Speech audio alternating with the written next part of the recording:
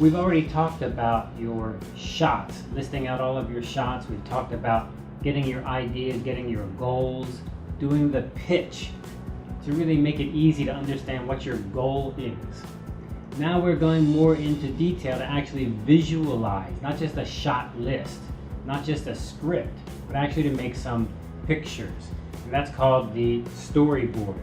And you've probably seen storyboards before. They're very common. They look something like this, where you have a series of pictures. Those pictures are very similar to your shot list, your list of shots, because each shot is basically a frame and you can draw a little picture in there.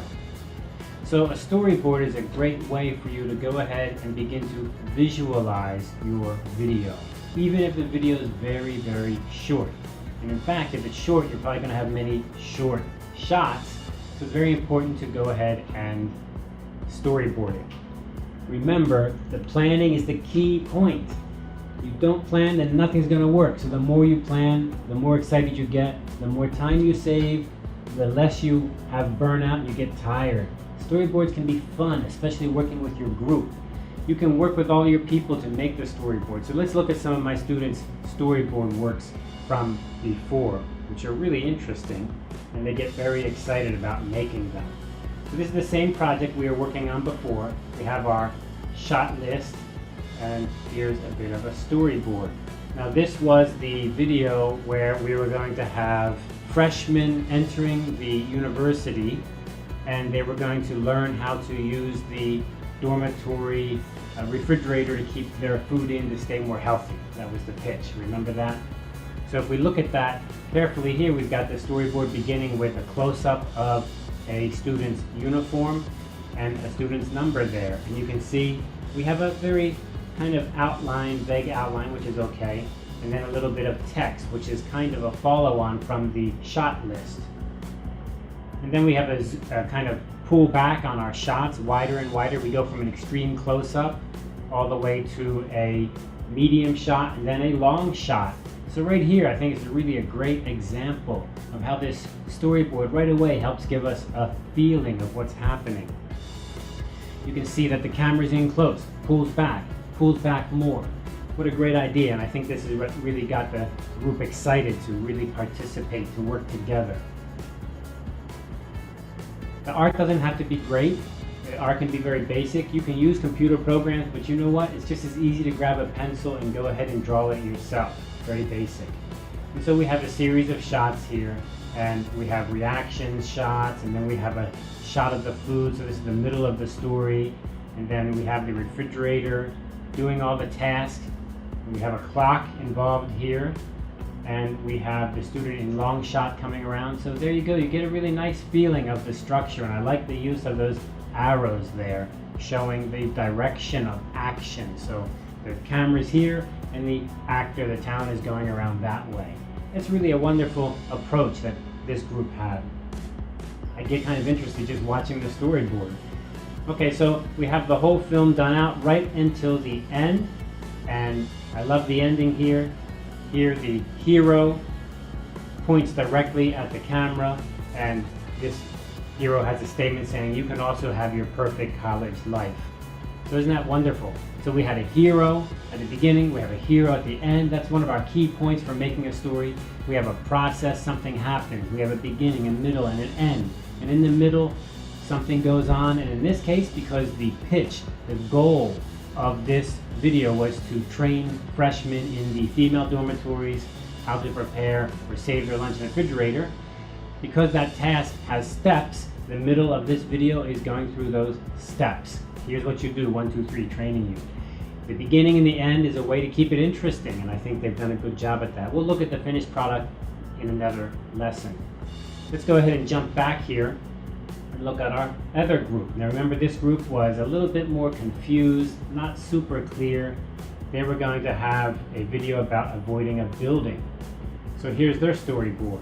And they have some graphics on there, some text on their storyboard, a long shot of a building, and then a close-up of a scary face, close-up of feet. So we can see right here from the beginning, they're using a kind of style. Now, where did they get that style from? Remember, genre.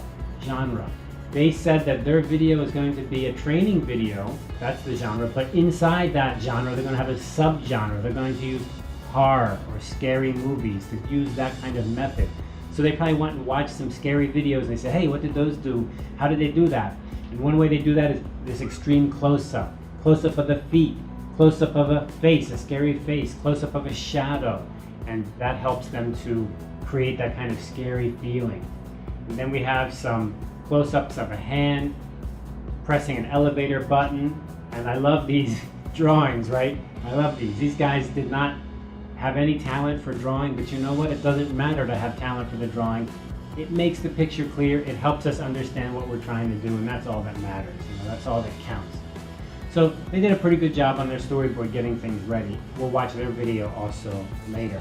So storyboards. Storyboards can be great fun, and it really helps your group, your team, to get motivated to work together, and you begin to visualize it. It's really wonderful fun. It's based on your shot list, so we're kind of like script, pitch, script, shot list, storyboard. These are all kind of making the same thing more and more detailed. And then on the day of your shooting, you go out and you can execute, save time, and really get an effective product.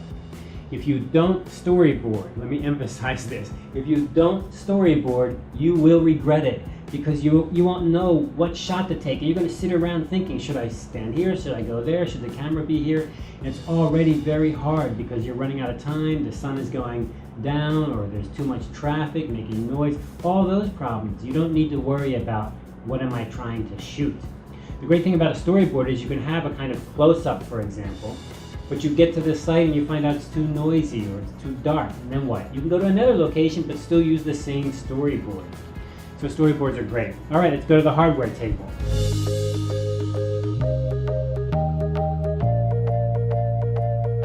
Okay, here we're at the hardware table, and what's our hardware going to be today? Well, a couple things that you're going to be using no matter what. Cables or wires, and batteries. This seems like a really silly topic, doesn't it? Everybody knows about batteries, right? Well, let's think about all the things we've looked at on the hardware table. We've looked at transmitters, we've looked at portable mixers, we've looked at cameras.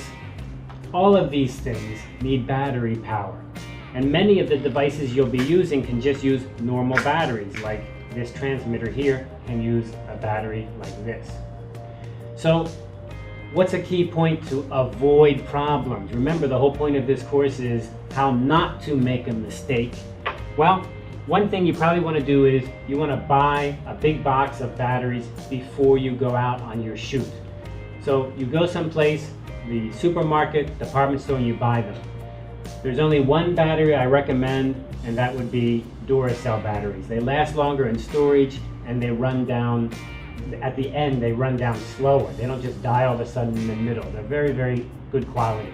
You can buy a whole box of these at Costco and keep that box in your pack and you go out. If there's any question, is the battery low? You just change the battery. You don't even think about it. You don't need to check it in detail.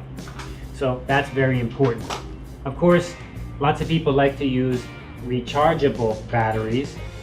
And rechargeable batteries, what do we think of rechargeable batteries? Well, rechargeable are okay, of course, good for the environment, but they're terrible for going out and making a shoot. The Duracell are going to be strong all the time. The rechargeable, they may be strong at the very beginning of their charge, but they lose power very quickly and become weak. That's very bad for your video equipment. That's not going to help you make a good shoot. Okay, we also have 9-volt batteries. Lots of equipment actually uses 9-volt. We have a couple transmitters for microphones. Also, the portable mixer uses 9-volt. 9-volt, of course, is much more powerful. The only thing I have to say about 9-volt is be very careful of the 9-volt. I've been out shooting video before, and I've had people put these in their pocket. You put that in your pocket, and if this touches your keys or money, that'll short out, and very soon somebody's going to be screaming and yelling that their pants are on fire. Whoa, it's so hot! Because that baby will get hot in just a few seconds. That'll get super hot, and eventually it'll burn up, I guess. Okay, the next thing is cables and wires. Very practical, right? As you can see here, we have a nice long microphone wire. And we've talked about the microphones, and I just love using these wires. They're very reliable compared to the transmitters, because the transmitters can get interference or run out of power. The cable never runs out of power because it doesn't have a battery, right? So these cables are wonderful. Now when you get on site, of course, what you do is you unwind your cable like this.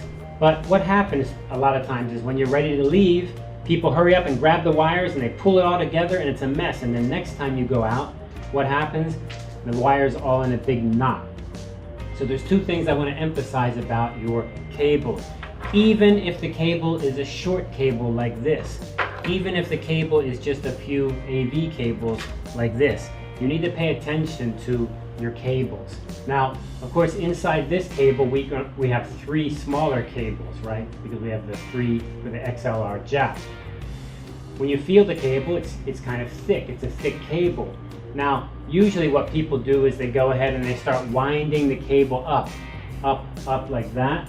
Just keep winding it. Let me focus that a little bit for us. There you go. And they just go ahead and they wind it up. Now, this is not the right way. Because if you do this, that wire inside is going to twist tighter and tighter. And eventually it's going to break. Because every time you do this, look at that right there, you can see it's twisting in a very weird kind of way. It's very hard. And people just bunch it together, throw it in the bag. Very, very bad idea. How should we approach winding up our cables? Well, what we want to do is we want to be very gentle with our cables so they last longer and they don't give us trouble in the middle of the shoot. Let me show you how to wind the cable so it doesn't get twisted. So you go ahead and you wind it one time, just like that.